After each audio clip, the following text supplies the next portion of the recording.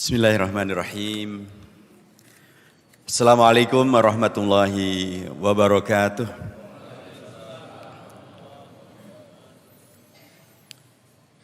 Alhamdulillahilladzi khalaqal laila wan nahara khilfatan liman arada yadzakkara aw arada syukura. Alhamdulillahilladzi arsala rasulahu bil huda wa dinil haqqi liyudhhirahu 'alad dini kullihi wa kafaa billahi shahida wa kafaa billahi nasira. Asyhadu an la ilaha illallah wahdahu la syarikalah wa asyhadu anna sayyidana Muhammadan abduhu wa rasuluhu wa safiyyuhu alladzi la nabiyya ba'dah.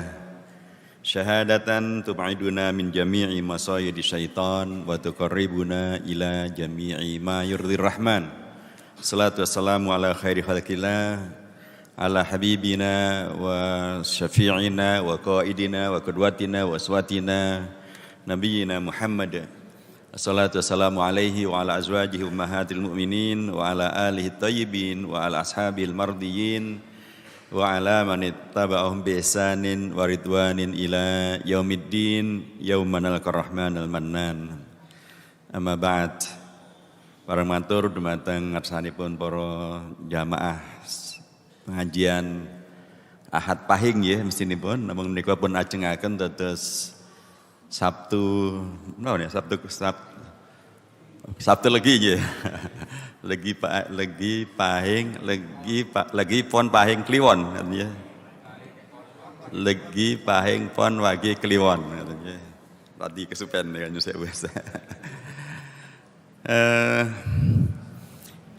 Khususipun para kiai, para ulama, para ustadz, pimpinan saking Masjid Jami Al-Firdaus, Ustadz Kiai Haji Syuaibul Huda hafizahullah, bagi Ustadz Fathur Rahman, bagi Ustadz Zaudi Mustafa, dan Ustadz kita yang kemarin menyampaikan khutbahipun ya, Bapak Dr. Fathul Umam hafizahullah.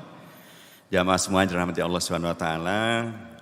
Nyun sewu kula badhe matur mawi basa Indonesia nggih, sepantes mboten betahaken terjemahan. Terus pertama tentu saya harus mohon maaf ngaten Ustaz Syuaibul Huda gara-gara saya kemari jadwal pengajian yang mestinya adalah hari Ahad Pahing dimajukan. Terus pindah kula nyuwun pangapunten karena terjadi takdim buat akhir. Nomor 2 saya harus sampaikan jazakumullah khairan matur nuwun ingkang akatah dumateng takmir lan ugi jamaah sekalian yang berkenan untuk dalam tanda kutip kemudian bersilaturahim pada pagi hari ini, mudah-mudahan menjadi silatul ilmi, kemudian menjadi silatul amali, mengokohkan ukhuwah atawis kita sedayanipun dari ukhuwah Islamiyah, mudah-mudahan menghadirkan ukhuwah amaliyah, ukhuwah yang kemudian membawa kepada pembuktian bahwa sesungguhnya kita semuanya adalah saudara, seiman, seislam, sebangsa, setanah air yang semuanya ditakdirkan untuk ada di sini untuk menghadirkan segala kebaikan yang bisa kita wujudkan. Mila mugi-mugi apa yang kemudian sudah diputuskan oleh takmir dan kemudian sekarang kita lakukan hari ini membawa keberkahan, membawa segala kebaikan, membawa kepada segala yang memungkinkan kita semuanya untuk berkontribusi mewujudkan apa yang semestinya bisa dilakukan setiap orang Islam, setiap orang yang beriman di negeri kita yang bernama Indonesia, dari negeri atau dari kota di mana kita berada, yaitu kota Kudus ini. Jamaah dirahmati Allah Subhanahu wa taala, tentu saja ketika pagi hari ini kita masih bisa dan dimudahkan oleh Allah untuk memakmurkan masjid, datang ke masjid, sholat berjamaah, melaksanakan program pengajian. Ini memang adalah karunia yang sangat luar biasa. Kalau Ustaz Syuaibul Huda menyampaikan bahwa infak pagi hari ini akan diberikan menjadi infak, menjadi sedekah, menjadi hibah, menjadi kepedulian terhadap saudara-saudara kita di Cianjur sana yang terkena musibah. Bisa kita bayangkan betapa besarnya karunia Allah untuk kita semuanya hari ini. Kalau kita melihat di TV bagaimana ribet dan repotnya dan bagaimana kondisi yang begitu sangat memprihatinkan yang terjadi dengan saudara-saudara kita di Cianjur. alih-alih bisa sholat subuh berjamaah seperti kita yang nyaman, rumah mereka entah bagaimana, masjid mereka entah bagaimana, madrasah mereka juga, pesantren mereka mungkin juga ada ayahnya yang hilang, ada ibunya yang hilang, anaknya yang hilang, belum ketemu. Tapi Allah memberikan kepada kita semua di sini sebuah karunia yang demikian luar biasa yang kita bisa menikmatinya. Karenanya sudah sangat tepat bila arahan dari pimpinan daerah Muhammadiyah untuk kita memberikan tadhamun, memberikan solidaritas selain dengan doa, tapi juga dengan dana yang kita bisa miliki atau yang kita miliki. Alhamdulillah luar biasa Islam yang kemudian kita yakini dan kita anut ini memberikan latar akidah, latar amalia untuk kemudian kita dengan mudah saling membantu dan saling mendukung. Ya, banyak sekali relawan yang sudah berangkat ke sana. Kawan-kawan kami ya sudah pada berangkat dengan bukan hanya berangkat dengan banyak berangkat dengan tenaga saja, juga dengan bondonya, dengan keahliannya, berangkat semuanya untuk membantu saudara-saudara kita di sana. Juga sebaliknya dulu ketika terjadi banjir besar di Semarang maupun juga banjir besar di tempat-tempat yang lain, musibah, terjadilah kondisi itu, kondisi saling tolong menolong dan saling dukung mendukung. Kembali kepada kita ini, karunia Allah yang luar biasa ini memang sangat sewajarnya dan sangat seharusnya bila kita sikapi dengan syukur. Supaya dengan demikian maka karunia Allah yang ada ini tetap dijaga dan bahkan terus bisa meningkat, membanyak. Kaidahnya tetaplah sama, la in syakartum la azidannakum. Kita juga sangat bersyukur bahwa oleh Allah kita diberi panutan agung, uswah hasanah Nabi besar Muhammad sallallahu alaihi wasallam. Seorang tokoh yang mengajarkan kepada kita, pemimpin agung yang luar biasa mengajarkan kepada kita kebaikan, bahkan semenjak kita bangun pagi kita diajarkan dengan sebuah framing, dengan sebuah internalisasi nilai dalam bentuk doa.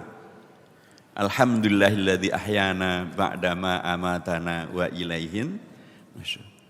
Sikap hidup pertama yang luar biasa ini yaitu penegasan internalisasi nilai tentang sikap bersyukur yang dilafalkan oleh setiap muslim begitu dia bangun tidur, yang teringat bukan tentang kerbonya ada di mana, yang diajarkan bukan tentang hari ini mau ngapain, yang diajarkan bukan tentang apakah pekerjaan saya hari ini beres atau tidak, tapi diajarkan adalah pertama mengingat kembali tentang hal yang mendasar, yang menjadi akhlak yang mulia, akhlak yang luhur, yang dari situ akan menghadirkan peradaban, yang di situ akan menghadirkan kelanjutan dari segala kebaikan. Alhamdulillahilladzi ahyana ba'dama amatana wa ilaihin nusyur. Jarang pemimpin tingkat dunia apalagi gitu ya, yang ajarannya mengingatkan setiap umatnya agar setiap hari, setiap pagi mengingat tentang karunia yang luar biasa ini supaya menjadi prinsip kehidupan. Alhamdulillah. Dan tidak main-main sikap hidup alhamdulillah itu sikap hidup yang menghadirkan selain daripada profesionalitas, karena tidak mungkin kita bersyukur pada Allah tapi kemudian kita melupakan tentang Allah yang maha segala kehebatan itu. Kemudian dengan alhamdulillah itu tidak mungkin akan menghadirkan generasi yang kemudian perilakunya adalah perilaku yang arogan, adigang, adigung, adikuno, sopo siro, sopo ingsun. Seperti yang sekarang ini banyak terjadi di mana-mana, dengan mudah memfitnah, dengan mudah nyebar hoax, dengan mudah mengumbar kata-kata yang sangat tidak pantas, dan bahkan sebagian yang sangat mengerikan adalah beberapa hari yang lalu di seluruh media saya kira ini muncul, tiba-tiba ada sekelompok anak-anak pelajar dengan sepedanya bergembira ria, kemudian bertemu dengan seorang nenek-nenek yang pakai kerudung. Saya pikir ketika awal melihat berita itu, anak-anak ini akan membantu nenek-nenek ini, akan membantu atau akan menyalami. Ternyata malah menendang dengan tendangan kungfu yang dengan dahsyat, dan nenek-nenek itu sampai terjengkang demikianlah. Dan bukan ditolong, diketawain. Alangkah hancurnya akhlak anak ini. Dan lebih hancur lagi ketika kemudian anak-anak ini ditangkap oleh polisi, bukannya menyesal, bukannya minta maaf, bukannya menangis, malah dengan mengatakan itu hanya iseng. Itu pasti anak-anak yang tidak pernah membaca alhamdulillahilladzi ahyana ba'dama amatana wa ilaihin nusyur. Tidak mungkin generasi yang alhamdulillah kemudian perilakunya na'udzubillah semacam itu. Generasi yang alhamdulillah pasti perilakunya adalah perilaku yang sesuai dengan prinsip yang dia baca, yang dia yakini, yang dia internalisasi setiap hari. Akan hadir sikap hidup yang sepenuhnya akhlak yang mulia, sepenuhnya menghormati orang lain, sepenuhnya siap untuk bekerja sama dengan pihak-pihak yang lain. Karena dia tahu bahwa dia hanyalah bagian daripada karya ciptaan Allah Subhanahu wa taala, dan sewajarnya bila kemudian mensyukurinya, berterima kasih dengan memaksimalkan seluruh potensinya untuk kemudian membersamai menjadi hamba-hamba Allah yang baik. Dan luar biasa Rasulullah SAW ini pada pagi hari yang kemudian kita berada bersama ini, selain beliau ajarkan tentang nilai hidup alhamdulillah itu, juga menghadirkan sikap hidup yang penting dan penuh dengan tanggung jawab. Alhamdulillahilladzi ahyana ba'da ma amatana wa ilaihin nusyur. Di situ ada tanggung jawab kehidupan. Bahwa kita ini tidak hanya dihadirkan untuk lahir, setelah itu akikahan, setelah itu khitanan, setelah itu nikahan, setelah itu ya mengundang untuk akikah anak-anak, dan setelah itu kekuburan dan selesai, atau hanya sekedar menjadi buih, gutha isail, jumlahnya banyak tapi bobotnya rendahan, nilainya tidak ada, sehingga mudah untuk kemudian menjadi mainan masyarakat lokal maupun masyarakat internasional, dan kemudian menjadi sesuatu yang dalam tanda kutip tidak membuktikan Islam yang rahmatan lil alamin. Perilaku yang kemudian Rasulullah ajarkan bagi kita semuanya setiap pagi hari adalah perilaku yang menghadirkan kesadaran penuh bahwa kita tidak hanya sekedar ada, lahir, dan mengucap alhamdulillah, tetapi itu semuanya akan dilanjutkan dengan kesadaran penuh bahwa kehidupan kita akan berlanjut dan ada akhirnya, dan akhir itu adalah kembali pada Allah Subhanahu wa taala. Kalau kembali pada Allah, pastilah akan kemudian mempertanggungjawabkan apa yang kita isi dari kehidupan ini. Dan sebagai manusia yang berakal, manusia yang diberi oleh Allah akal, hati nurani, dan bahkan agama, diberikan Al-Quran, diberikan tuntunan Nabi besar Muhammad SAW, tidak mungkin kemudian kita yang posisinya semacam itu kemudian mengabaikan tentang tanggung jawab kehidupan. Karena kita tahu bahwa kita akan mempertanggungjawabkan kehidupan ini. Karena kita tahu kita akan dibangkitkan oleh Allah untuk ditanya apa yang kemudian kita lakukan dengan apa yang telah Allah berikan. Setiap pagi Rasulullah mengajarkan tentang kesadaran kehidupan yang bertanggung jawab ini. Sehingga sudah sangat sewajarnya bila umat Islam dengan generasi Islam itu menghadirkan kontribusi berkeunggulan untuk dirinya, untuk keluarganya, untuk masyarakatnya, untuk profesinya, untuk lingkungannya, untuk negara, dan bahkan untuk peradaban dunia. Dalam kondisi apapun. Hari-hari ini saya kira banyak di antara kita yang kemudian menikmati perhelatan di Qatar, World Cup. Banyak orang underestimate tadinya, apa iya komunitas Islam bisa menyelenggarakan event yang luar biasa ini. Terus kalau menyelenggarakan, apa iya dia berani menghadirkan jati dirinya dan atau kekhasan daripada agama al-Islam, atau bahkan nanti hanya larut saja apapun yang kemudian terjadi di negara-negara manapun penyelenggara daripada Piala Dunia, ya dia ikuti saja dengan mabuk-mabukannya, dengan LGBT-nya, dengan seks bebasnya. Ternyata Islam dalam menghadapi satu event yang luar biasa sekelas Piala Dunia ini, ternyata bisa dihadirkan dengan demikian sangat cantik dan sekaligus sangat berwibawa. Negara sekecil Qatar yang penduduk aslinya tidak lebih dari 2 juta, dengan kawasan yang mungkin lebih kecil daripada Kabupaten Kudus ini.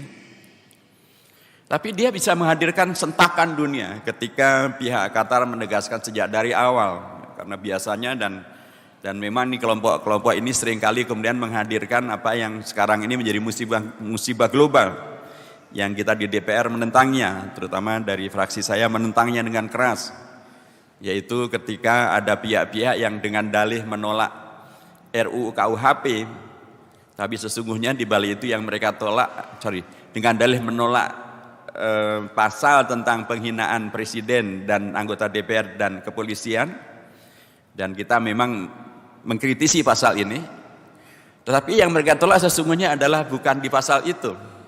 Kemenyeluruhan rancangan undang-undang itu mereka tolak karena dalam rancangan undang-undang yang sekarang ini sudah alhamdulillah kita menjadi bagian dari yang ikut mengusulkan menyelesaikannya, yaitu ada ketentuan tentang mengkriminalkan dan menghukum perilaku LGBT, perilaku seks bebas, perilaku yang kemudian menghadirkan musibah yang sangat luar biasa dimanapun. Karena kalau kemudian sudah beredar dan berkembang luas zina, maka sudahlah segala musibah akan kemudian bisa terjadi. Demikian Rasulullah pernah mengingatkan.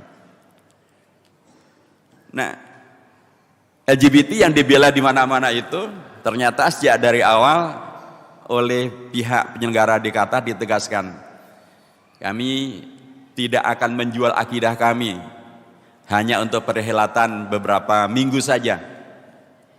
Karenanya tidak boleh LGBT tampil di Qatar dengan simbolnya, dengan lakunya, semuanya dilarang. Dan ketika kemudian ada yang tetap mencoba untuk membela, bahkan ada yang charter pesawat dengan tulisan di luarnya dengan gambar-gambar yang membawa simbol-simbol LGBT itu, kesebelasan Jerman, dilarang tidak boleh landing di Qatar, sehingga kemudian dia harus landing di negeri Oman, dan dari Oman ganti pesawat baru masuk ke Qatar. Masih saja ngotot, mereka ingin tetap main dengan membuat bandnya yang berlambangkan LGBT. Ditegaskan bahwa siapapun yang tetap ngotot maka dia akan dikenakan sanksi, kena kartu kuning. Akhirnya mereka yang ngotot ini tetap saja ngotot ke lapangan dengan aksi yang menandakan bahwa mereka tidak rela, tapi akibatnya dia dikalahkan oleh Jepang 2-1. Nah, itulah kalau tidak taat nggak terjadi. Sepak bola kok yang dipikirin malah LGBT-nya. Mestinya kan fokus saja, laksanakan apa menjadi ketentuan panitia, dan kemudian Anda bisa menjadi yang menang. Saya mengatakan bahwa bukan hanya itu saja. Ternyata Islam tetap juga bisa dihadirkan dalam event yang luar biasa ini dengan menghadirkan sejak dari awalnya penegasan tentang betapa al-Islam itu menghadirkan sikap hidup yang sepenuhnya membawa kepada kebaikan, kemaslahatan, keunggulan, saling menghormati dalam konteks yang benar. Karenanya ayat yang dibaca adalah surah Al-Hujurat ayat yang ke-13. Ya ayuhan nas inna khalaqnakum min dzakarin wa untha. Bukan min ghairi dzakarin wa untha. Jadi kalau LGBT kan maunya ada jenis ketiga gitu. Hanya min dzakarin wa untha. Wa ja'alnakum syu'uban wa qabaila lita'arafu. Syu'uban wa qabaila lita'arafu dalam konteks dzakarun wa untha, bukan dalam konteks LGBT. Kemudian ditegaskan bahwa inna akramakum indallahi atqakum. Inna akramakum, Anda boleh dari syu'ub yang berbeda-beda, dari zakar maupun unta yang berbeda-beda, tetapi Al-Quran mengajarkan kepada kita semuanya agar kita bisa menghadirkan yang paling utama, yang paling mulia. Kompetisi ini pun bisa menghadirkan yang paling utama dan paling mulia, yaitu siapapun yang lebih takwa kepada Allah Subhanahu wa Ta'ala. Dan hadirlah perhelatan yang sangat menakjubkan.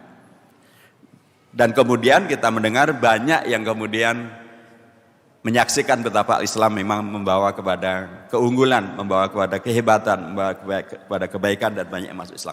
Saya ingin mengatakan bahwa apa yang Rasulullah ajarkan kepada kita pada setiap pagi hari seperti hari ini sesungguhnya adalah landasan kebudayaan yang sangat berkeunggulan. Termasuk ketika kemudian kita berada di negeri Kudus ini, di kota Kudus ini.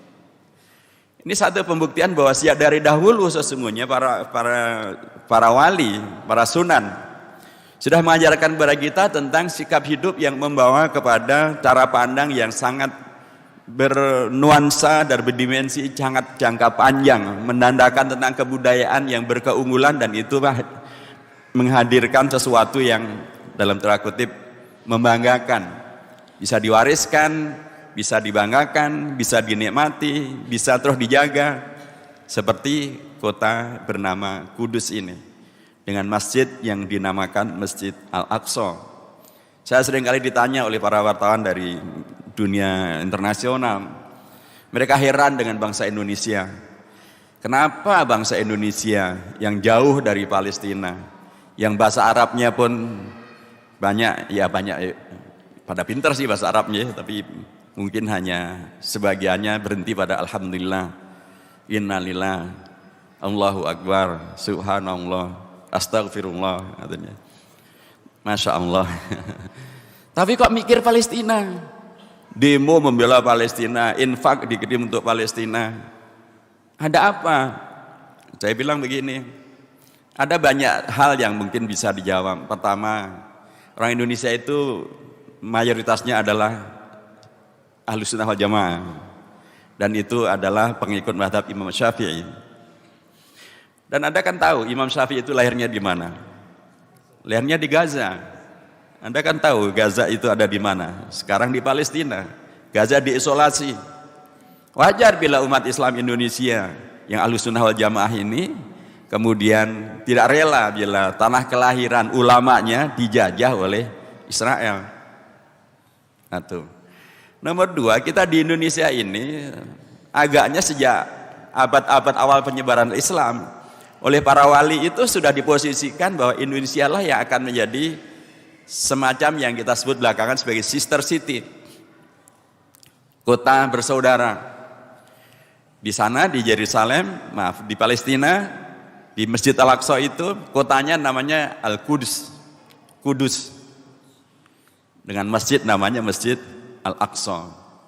Sunan Ja'far Shadiq rupanya sudah kemudian memposisikan dari Kudus, dari Jawa, dari Indonesia ini memang akan menghadirkan sebuah toleransi, sebuah solidaritas, sebuah kebersamaan, perasaan senasib sepenanggungan, dan karenanya dibuatlah kota Kudus ini, kota dengan nama Kudus ini, dibangunlah masjid dengan nama Masjid Al-Aqsa.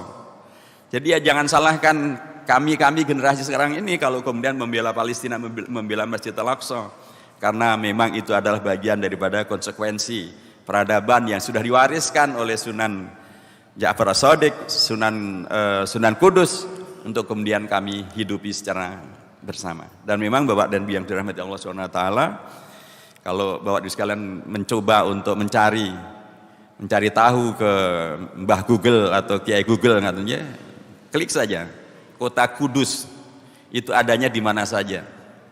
Hanya akan ada di dua tempat, yaitu di Palestina tempat Masjid Al-Aqsa, dan di sini di Jawa Tengah tempat Masjid Al-Aqsa juga.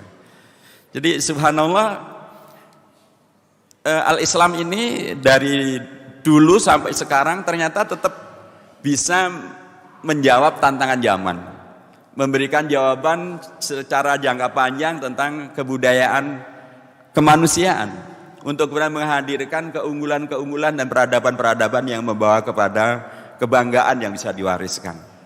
Itulah ketika kita memaknai doa alhamdulillahilladzi ahyana ba'dama amatana wa ilaihin nusyur.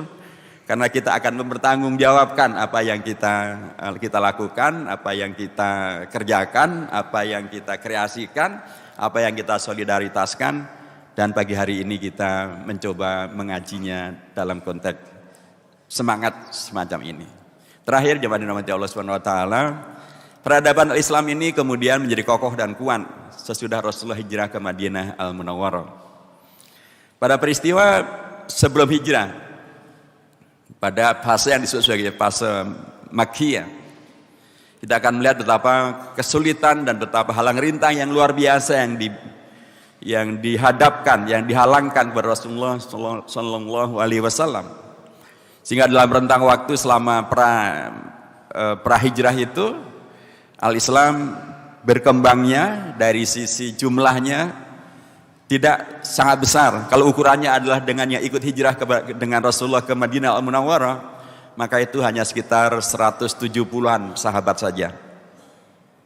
Padahal dakwah sudah berlaku 10 tahunan lebih, bahkan 12-13 tahunan. Tapi mari kita lihat ketika periode pasca hijrah, sesuatu yang kemudian bisa menghadirkan hasil yang luar biasa, karena pada waktu pra-hijrah itu, sekalipun kemudian penyebarannya belum sangat banyak, belum sangat meluas, tetapi ideologi yang ditanamkan memungkinkan terjadinya satu bangunan kemanusiaan, kebudayaan, keberadaban yang kokoh dan kuat. Karena salah satu daripada, kalau kita mengkaji dari jalur tafsir, maka salah satu daripada ciri-ciri ayat-ayat Makkiyah adalah mengajarkan tentang akidah yang dimulai dengan ungkapan bukan ya ayyuhalladzina amanu, bukan ya ayyuhal muslimun, bukan ya ayyuhal mu'minun, ya ayyuhal muttaqun, bukan, tapi dengan ungkapan ya ayyuhan nas. Jadi bangunan dasar ajaran akidah Islam itu adalah justru nguwongke wong, memanusiakan manusia, menyapa semua manusia. Tidak kemudian membuat manusia menjadi antipati dengan Islam, tidak membuat manusia menjadi tidak simpati dengan Islam, kipo-kipo ngemohi. Sejak dari awal kemudian melihat Islam itu hanya sesuatu yang layak untuk ditinggalkan, dijauhi, difitnah, dipojokkan, didiskriminasi. Tidak. Justru ungkapannya adalah ya ayyuhan nas. Ungkapan yang sangat berbudaya, sangat berakhlak, yang sangat empatik, sangat memungkinkan untuk menjadi bangunan besar daripada sejarah akidah, sejarah ideologi, sejarah kemanusiaan, sejarah peradaban. Inilah yang terjadi dengan panggilan ya ayyuhan nas itu. Kemudian justru dari Yasrib datanglah delegasi yang menyampaikan tentang keinginan mereka untuk masuk Islam. Dan kemudian mereka yang mengundang Rasulullah untuk hijrah ke Madinah, dan terjadilah hijrah itu ke Madinah. Dan ketika hijrah ke Madinah, mari kita lihat dalam waktu yang sangat pendek terjadilah lompatan jumlah pengikut dan sekaligus nilai pengaruh. Pada waktu hijrah 170-an yang hijrah bersama dengan Rasulullah SAW. Tahun kedua ketika terjadi peristiwa Badar Al-Kubra, artinya hanya 1 tahun saja, jumlah umat Islam yang dewasa yang ikut berjihad di Badar Al-Kubra itu sudah 313-an sahabat. Itu adalah sahabat laki-laki. Itu sahabat yang dewasa. Artinya yang perempuan belum dihitung, yang anak-anak belum dihitung. Kalau dihitung dengan jumlah yang sama misalnya, itu berarti sudah 900-an. Jadi dari 170 dalam waktu hanya 1 tahun, sudah berlipat-lipat menjadi 900-an. Subhanallah. Dalam hanya waktu 1 tahun, umat yang tadinya selalu dipinggirkan, selalu diisolasi, selalu didolimi, selalu bahkan disayembarakan atau dihabisi. Tapi dengan bangunan akidah ya ayuhan nasnya, bangunan akidah ukhuwahnya, bangunan akidah yang kokoh dan kuat mengikuti Rasulullah, dan tidak meninggalkan beliau dalam peristiwa ketika Rasulullah dan para sahabatnya diisolasi di Syib Ali. 3 tahun lamanya di sana, tidak ada satu pun sahabat yang kemudian insilaf meninggalkan beliau dan kemudian bahkan mengikuti menjadi murtad lagi. Semuanya satu kata, solid. Akidah yang demikian luar biasa ini dengan tetap semangat ya ayuhan nasnya itu, ketika kemudian berada di Madinah, jumlahnya meningkat dengan sangat cepat, pengaruhnya juga meningkat dengan sangat luar biasa. Madinah yang dulu namanya Yasrib diubah oleh beliau dari kota yang tadinya tidak mempunyai makna. Yasrib itu tidak ada maknanya. Sama mungkin kata-kata Klaten, Nyun Sewu Klaten itu juga nggak ada maknanya. Kata-kata Sleman, sekalipun dengan kata itu Sulaiman, tapi ya itu kayak roto boso itu. Tapi kalau Kudus ada maknanya. Yasrib dari kota yang tidak ada maknanya ini oleh Rasulullah diubah menjadi kota dengan makna yang luar biasa, Al-Madinah, bahkan Al-Madinah Al-Munawwarah atau Tayyibah At-Tayyibah.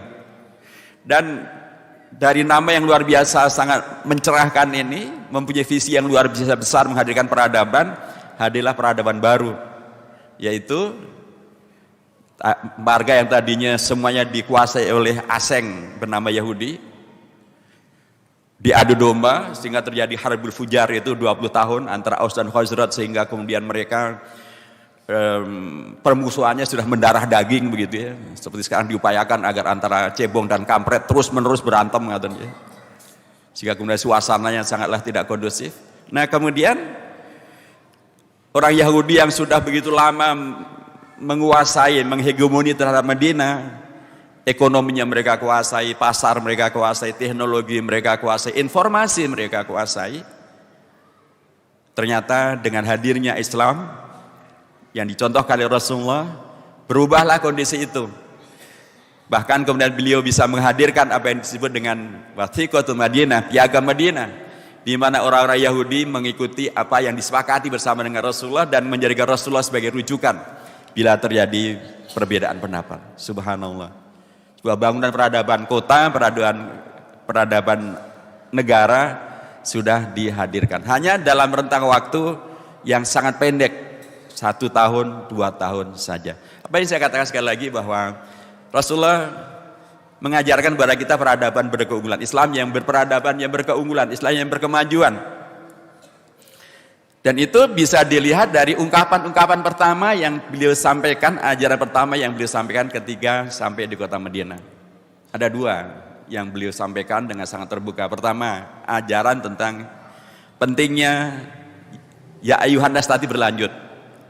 Karenanya ungkapan beliau yang pertama di Madinah adalah ya ayuhan nas, melanjutkannya di Mekah. Ya ayuhan nas afshu assalam wasilul arham wa at'imut ta'am wa sallu bil laili wan nasu niyam tadkhulu jannata rabbikum bisalam. Ini mungkin nanti bisa kita kaji lebih lanjut. Yang kedua adalah pentingnya mengokohkan ukhuwah di antara semuanya. Karenanya beliau menghadirkan mu'akhad, mengukhuwahkan. Dengan ungkapan beliau, ta'akhaw fillahi akhwaini akhwain. Berukhuwahlah Anda satu dengan yang lainnya. Dan terjadilah masyarakat yang berukhuwah, muhajirin dengan muhajirin, ansor dengan ansor, muhajir dengan ansor. Mereka kemudian bersama Rasulullah, tidak dihilangkan kekhasan masing-masing. Yang muhajirin dengan sebutan, kalau Quraisy ya Quraisyinya, kalau Bani Abdiddar dengan Bani Abdiddarinya, yang ansor dengan Ausnya atau Khazrajnya tidak hilang. Bahkan benderanya pun tetap ada, bendera Aus ada, bendera muhajirin ada, bendera ansor ada. Ketika berjihad bersama dengan Rasulullah, kedua-duanya tetap ada. Sebelah kanan muhajirin, sebelah kiri ansor, dan semuanya keragaman yang tidak menghadirkan konflik, tapi keragaman yang sudah menghadirkan pewadahan terjadinya ukhuwah. Jangan dirahmati Allah SWT, dengan 2 ungkapan tadi, ya ayyuhan nas afsyus salam dan ta'akhaw filai akhwain, ini hadirlah peradaban yang berkeunggulan. Manusia-manusia yang kemudian kita semuanya menikmati hasil karya dan hasil kerjanya. Islam menyebar sampai ke Kudus dan kita semuanya berada di Masjid Firdaus, masjid yang demikian luar biasa indah. Ini baru Firdaus dunia saja demikian luar biasa indahnya. Apalagi bila Firdaus yang Rasulullah dahulu ajarkan dalam riwayat Imam Bukhari.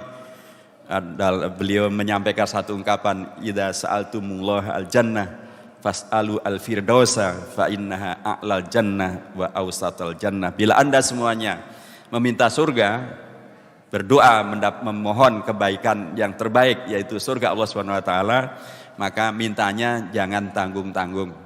Mumpung minta pada Allah, mintalah yang paling baik dan paling hebat, karena Allah adalah zat yang maha baik dan maha hebat. Mintalah surga, bukan surga pinggiran, bukan surga kelas SSS, tapi mintalah surga kelas Al-Firdaus. Karena Firdaus inilah surga yang paling strategis, yang paling tengah, tapi posisinya yang paling tinggi. Mudah-mudahan keberadaan kita di Masjid Al-Firdaus ini menjadi tahapan menuju kepada Firdausnya Allah SWT di surganya nanti. Dan mudah-mudahan apa yang kita lakukan pagi ini diterima oleh Allah SWT sebagai bagian daripada ittiba kita bersunnah Nabi Muhammad SAW, upaya kita untuk melanjutkan apa yang telah beliau wariskan, menghadirkan Islam yang membawa kepada peradaban berkeunggulan, yang berkemajuan, yang rahmatan lil alamin. Aku qouli hadza wastaghfiru lakum. Nyuwun ngapunten bilih wonten atur ingkang kirang mranani, dan biasanipun menawi wonten ing Solo dipun tutup mari parian ketap kupat tutuhipun santen wonten lepat nyuwun pangapunten. Assalamualaikum warahmatullahi wabarakatuh.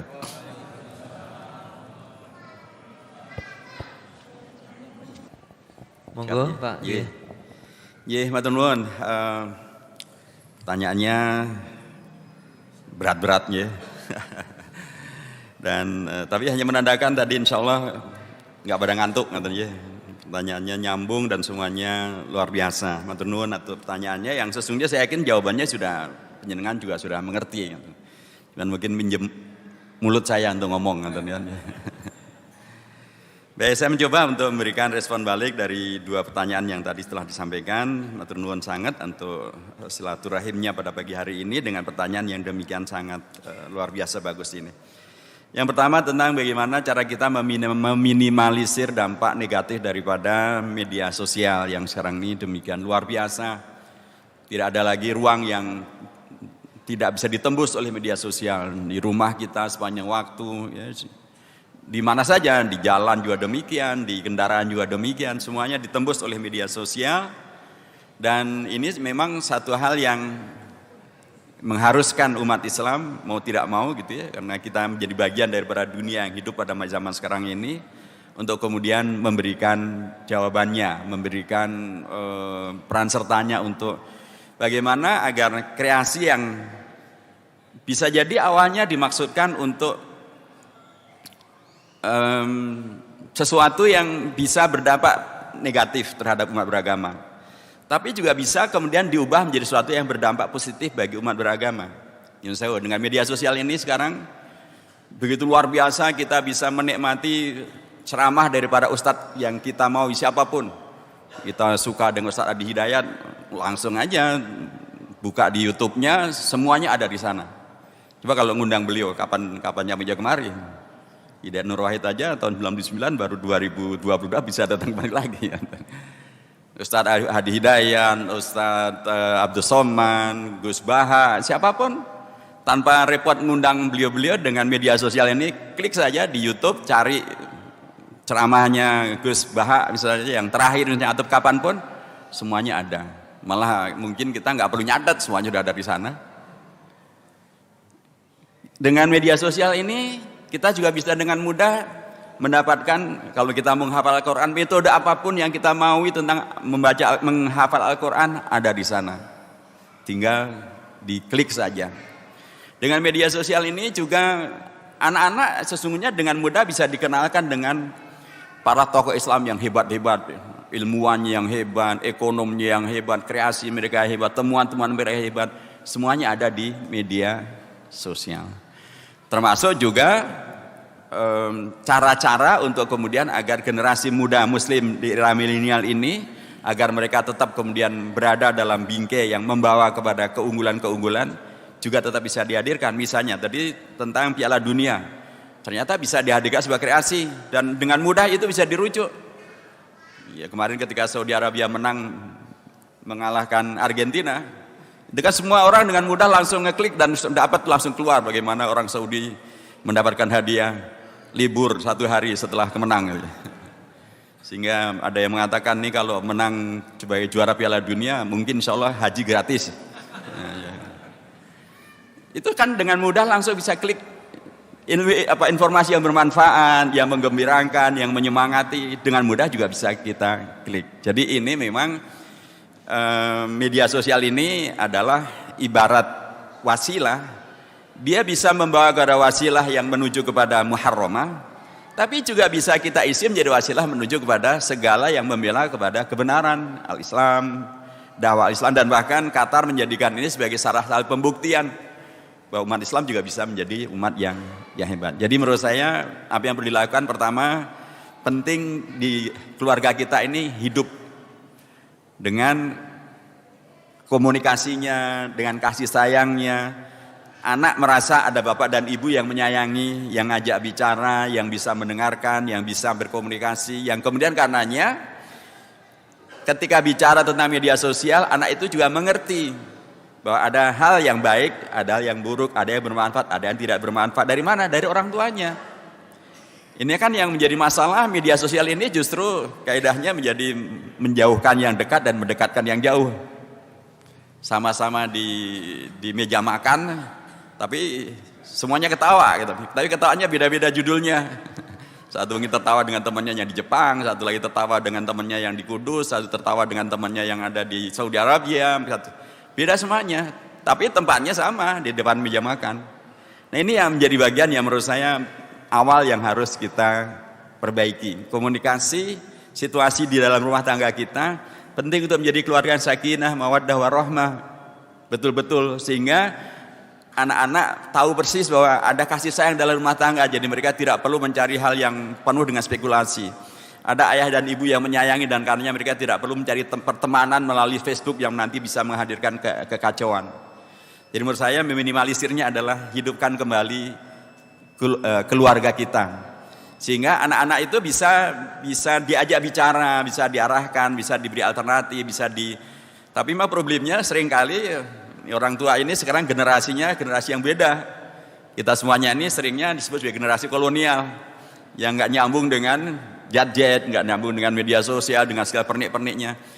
Oke lah, tetapi saya yakin kalau suasana batin yang muncul itu adalah kasih sayang antara bapak, ibu dan anak dan bapak dan ibu, saya berkeyakinan anak-anak itu tetap akan menghormati orang tuanya. Dan dengan cara itu akan mendengar dari orang tuanya.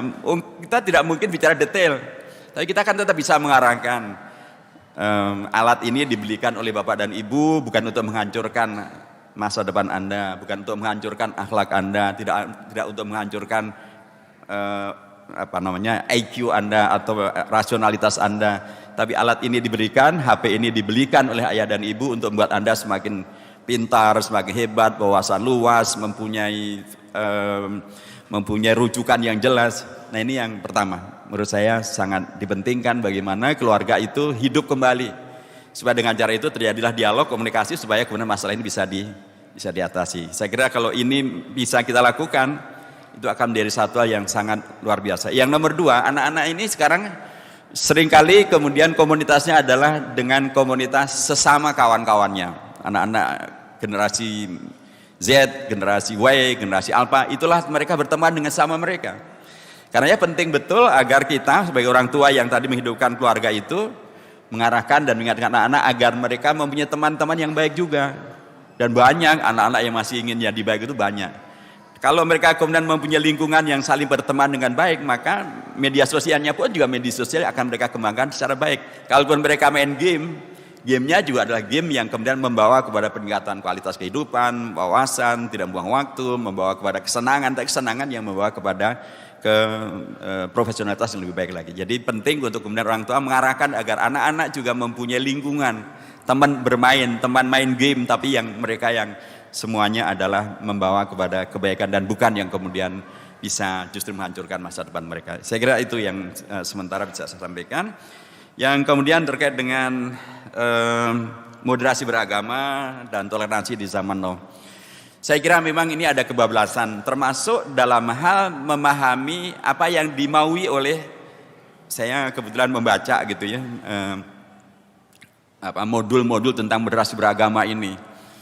Sepertinya di tingkat praktek terjadi pembajakan terhadap istilah moderasi beragama yang tidak pernah dimaksudkan untuk menghadirkan toleransi yang kebablasan itu.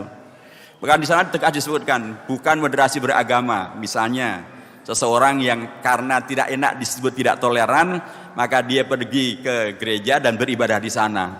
Itu bukan moderasi beragama. Bukan moderasi beragama orang yang kemudian menyebut bahwa semua agama benar. Bukan moderasi beragama. Jadi memang sepertinya ada dua agenda yang berjalan. Agenda yang memang moderasi beragama dalam artian wasatiyah, sebagaimana diajarkan Al-Quran, sebagaimana dicontohkan oleh Rasulullah, sebagaimana kemudian muncul dalam terminologi Ahlus Sunnah wal Jamaah. Ahlus Sunnah wal Jamaah itu adalah wasatiyah, karena dia bukan Syiah, dia juga bukan Khawarij, dia juga bukan Mu'tazilah, dia Ahlus Sunnah wal Jamaah, dia ada di tengah. Tapi ada pihak yang kemudian ingin mendompleng kebijakan ini untuk mensosialisasikan dan menjual liberalisasinya. Nah, ini yang bagian dari Saya pernah diundang dalam satu program tentang sosialisasi moderasi beragama dan saya diberi bahannya. Saya bilang kalau yang begini berarti yang terjadi adalah pendomplengan dan pembajakan. Ini yang harus kita koreksi. Nanti insya Allah saya akan ada dalam satu forum dengan Kementerian Agama maupun juga dengan pihak-pihak yang berkepentingan dengan hal ini. Ini akan saya sampaikan lagi. Termasuk saya bilang, kenapa yang kemudian hanya disasar moderasi beragama adalah hanya kepada mereka yang melaksanakan ajaran agama Islam. Padahal sekarang ini yang terjadi justru ekstremisme beragama, radikalisme beragama dalam bentuk tidak beragama.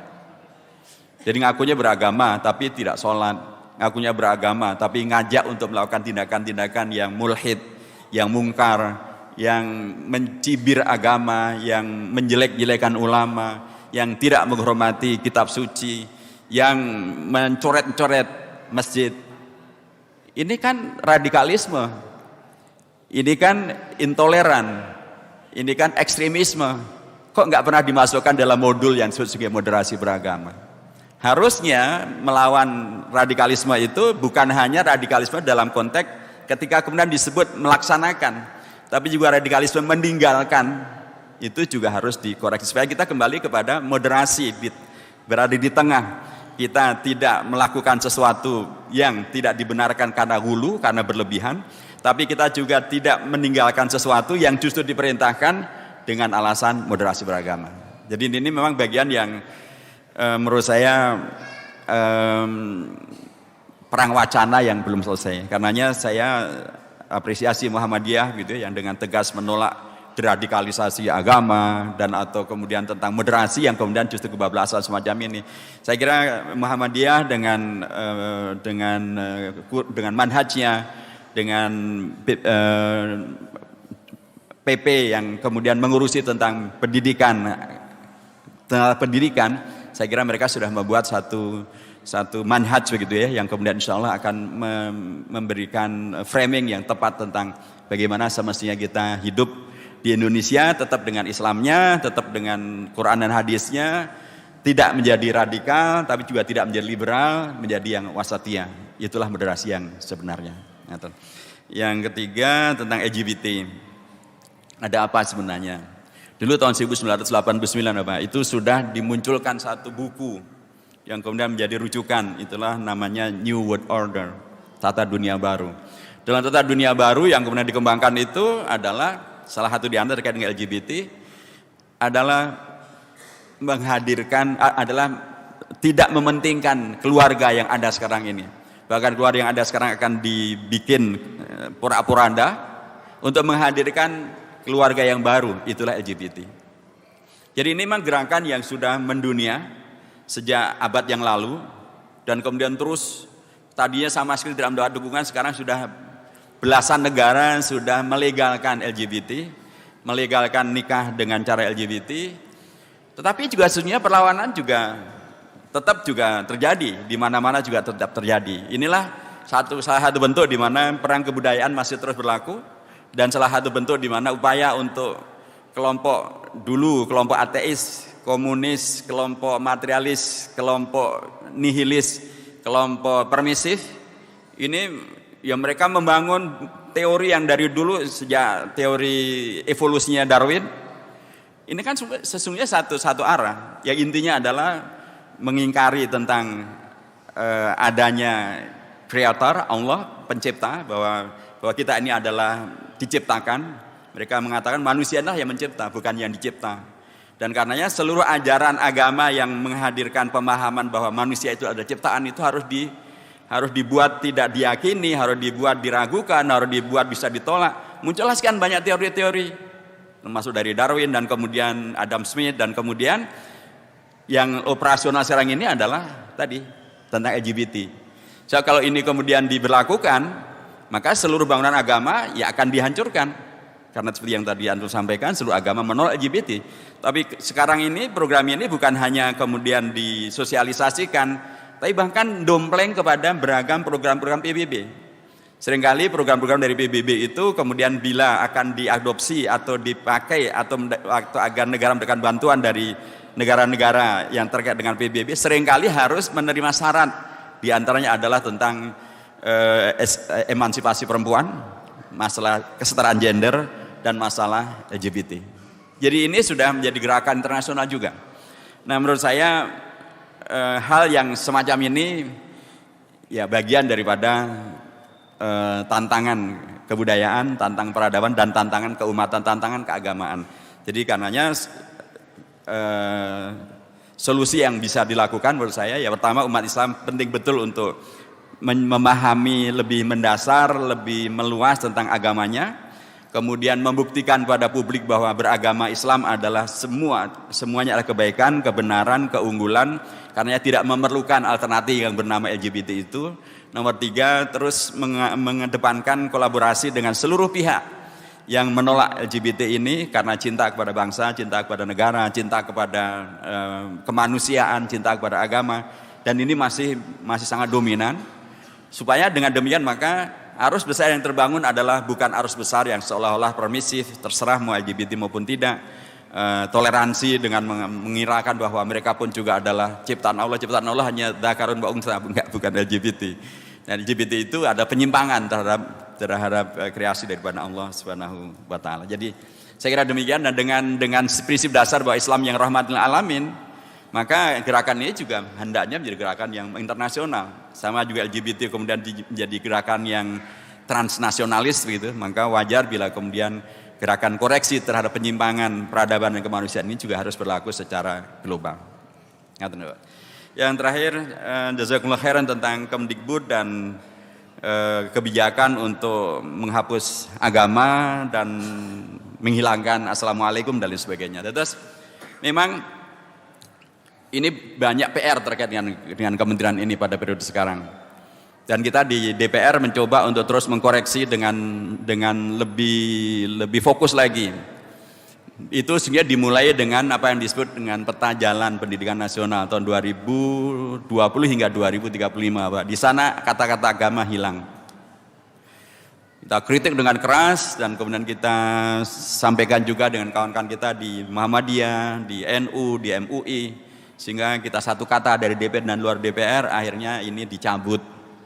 Jadi enggak jadi, karena ya kita tegaskan bahwa ini nyun sewu, Pak Mas Menteri kita ini belajarnya lebih banyak di luar. Jadi penghayatan terhadap konstitusi kita belum mendalam. Padahal dalam Undang-Undang Dasar itu sudah amat sangat tegas. Ada budaya, tetapi lebih banyak penyebutan tentang agama. Dan bahkan dalam tujuan pendidikan nasional bukan masalah merdeka tidak merdeka, kita sudah merdeka sekarang. Tapi bahkan ungkapan merdeka belajar itu kan dirujukan pada Ki Hajar Dewantara. Tapi Ki Hajar Dewantara ungkapan utamanya bukan tentang merdeka belajar, tentang ingarso mangun karya, ingarso sung tulodo, ing madya mangun karso, tuturi handayani. Ini yang menjadi pilar kokoh dalam pendidikan. Bagaimana kemudian hadirnya keteladanan, bagaimana hadirnya kebersamaan, bagaimana hadirnya kepedulian. Tapi yang diambil hanya merdeka belajarnya. Nah, merdeka belajar, merdeka semau-maunya. Seperti tadi, kemudian tiba-tiba dalam peta jalan itu agama hilang. Yang ada hanya kebudayaan. Ya kita kritik keras, alhamdulillah akhirnya itu dicabut. Setelah itu lanjut Bapak, ada PP tentang sistem pendidikan nasional. Bahkan sudah ditandatangani oleh Pak Presiden. Ternyata dalam PP itu hilang yang namanya pendidikan Pancasila. Hilang yang namanya kewajiban pendidikan bahasa Indonesia. Hilang yang namanya iman, takwa, dan akhlak yang mulia. Heboh kan, kita kritik keras, kemudian jadi heboh, akhirnya Pak Presiden mencabut. Tapi kan mesake katanya, ya kan nggak mungkin juga emang beliau baca semuanya. Tapi mestinya para menterinya sudah selesai. Yang kemudian berikutnya heboh tentang revisi undang-undang tentang sistem pendidikan nasional. Madrasah hilang. Kita kritik keras lagi, kita kritik keras, kita sampaikan bahwa ini sebelum ada Kementerian Pendidikan Kebudayaan itu madrasah sudah ada. Lah kok malah madrasah dihilangkan oleh kementerian. Kemudian kita sebut bahwa kalau Anda kira madrasah ini adalah ecek-ecek dan tidak berkualitas, sekarang itu sekolah yang paling unggul, yang nomor 1 di Indonesia di tingkat SMA, SMK, bukan SMA negeri, bukan SMA non muslim, tapi Madrasah Aliyah Insan Cendekia Serpong. Itu dulu warisannya Pak Habibie. Itu nomor 1 se-Indonesia, mengalahkan semuanya. Jadi jangan underestimate dengan madrasah kok dihilangkan. Akhirnya mereka bilang sudah dimasukkan. Setelah kita cek dimasukkannya di mana, ternyata masuknya di penjelasan. Nah, masuk penjelasan mah itu sama aja konfirmasi dihilangkan. Soalnya kalau di penjelasan itu tidak mempunyai kekuatan hukum apapun. Kita kritik lagi, akhirnya dimasukkan. Sudah masuk lagi. Tapi setelah kita baca lagi, ada masalah lagi tentang pesantren. Karena di undang-undang tentang pesantren itu sudah diakui 3 jenis pesantren ada di Indonesia. Pesantren Salafiyah, tradisional, kitab kuning. Pesantren Asriyah, modern, Mu'adalah, seperti KMI dari Gontor. Yang ketiga adalah pesantren yang memadukan antara ilmu umum dan ilmu agama. Itu 3-tiganya diakui dalam undang-undang tentang pesantren. Tapi dalam RU tersebut hilang, maaf, hanya ada 1 yang diakui. Nah, kita kritik lagi, kita tolak lagi. Dan akhirnya ini rancangan undang-undang tidak diterima di DPR. Jadi sekarang rancangan undang-undang ini tidak bisa masuk untuk prolegnas tahun 2023 karena terlalu banyak masalah yang harus dikoreksi. Jadi Bapak, insya Allah para wakil kita di DPR akan tetap mengawasi, mengawal, memperjuangkan kemaslahatan bagi umat supaya tidak tiba-tiba nanti jadi undang-undang lah terus kita ternyata madrasah hilang, pesantren dikerjain, agama hilang. Nanti tiap hari kita akan demo itu. Kasihan sekali umat ya, demo berpanas-panas, berhujan-hujan. Tapi kalau kita punya anggota DPR lebih banyak, berkualitas, insya Allah seluruh permasalahan ini bukan hanya bisa kita tangkal, kita bisa hadirkan alternatif yang lebih berkeunggulan. Dan ini yang menjadi komitmen kami semuanya di DPR atau kawan-kawan kami semuanya di DPR. Kantos ngaten ya. Matur nuwun, jazakumullah khairan kasiran, indah malih. Kupat tudih pun santen, bo menawi wonten lepat kawula saestu nyuwun pangapunten. Assalamualaikum warahmatullahi wabarakatuh.